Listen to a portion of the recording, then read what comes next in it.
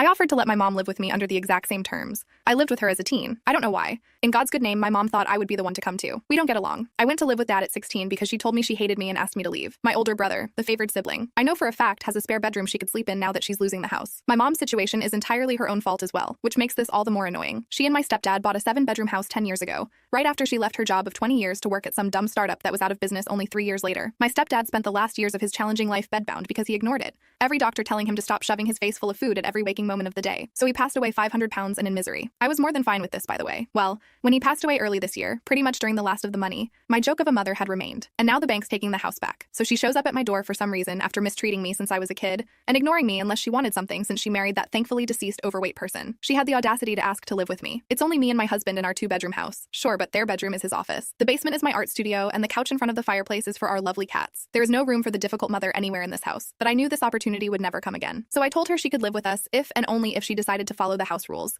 All electronics were to be turned off by 6 p.m. If she was caught with any after that, they would be taken away and sold at the next yard. Sale to that time was $730. If I caught her up, I would take away all of her clothing for the week. 3, she may only shower for 5 minutes once every 3 days. 4, ultras must be dead the moment she wakes up. If I roll out of bed and they are not, she will not be getting meals for the day. 5, she must make sure she is alert at all times. If I and hubby need something done, it is to be done at that moment or else she will lose her bedding privileges for the night. 6, she will be in charge of cooking 1 meal each day that I choose. If it is not made to my liking, she will not be allowed to join us, and instead will eat the cheapest frozen meal available. 7, I will be reading all her mail, text messages, and emails. I will give her the ones I deem acceptable communication under my roof. 8 of her cars will be my own personal travel car. She will also drive me wherever I want. She will still have to pay for gas. And last but not least, if at any point she displeases me, I will be calling my brother up to pick her up from a nearby gas station. I will get to choose what she takes to put in a torn-up backpack before dropping her off without looking back. She called me a cruel person, told me these conditions were unfair, and asked if I was insane. These were the exact conditions I lived under for years as a teenager. The exact conditions she tormented me with for years until she finally let me go live with the one parent that loved me. And these would be the conditions she would suffer under if she dared to ask me to harm her worthless negative presence. I don't know where she went after she stormed out of my house. My brother called me and told me I have the biggest balls in the family for the stunt I pulled. From the sounds of it though, none of the spawn want the brood mother to live with them. I hope she finds a nice park bench to stay on.